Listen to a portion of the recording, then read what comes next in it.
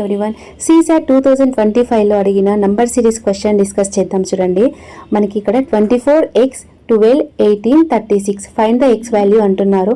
So number series question చూడగానే మనం ఎలా ఫైండ్ అవుట్ చేయాలి అంటే దానికన్నా ముందు మనకి నంబర్ సిరీస్లో కాన్సెప్ట్స్ తెలియాలి.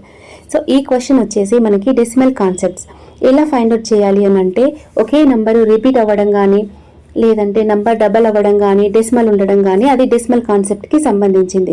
సో ఎలా సాల్వ్ చేయాలో చూద్దాం. ఫస్ట్ 24 ఉంది కదా, అయితే 0.5 ఇంటూ 0.5 అంటే 12 వస్తుంది. Okay, next 12 into 1, 12 1s 12.